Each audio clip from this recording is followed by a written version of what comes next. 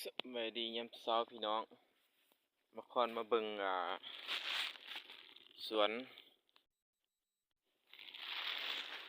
มะคอนสวนมักเล่น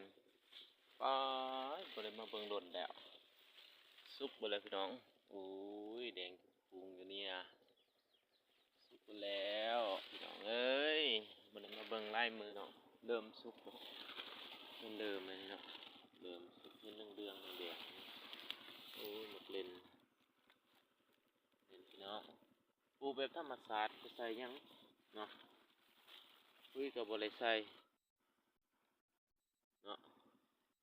คือกับบริษัทพี่น้องโอ้ยจะออกเคยเห็นน้องเคยเห็นปะหนูกินหมักเด่นโอ้ยป่าวางแหงได้ครับพี่น้องอู้หูอู้เตย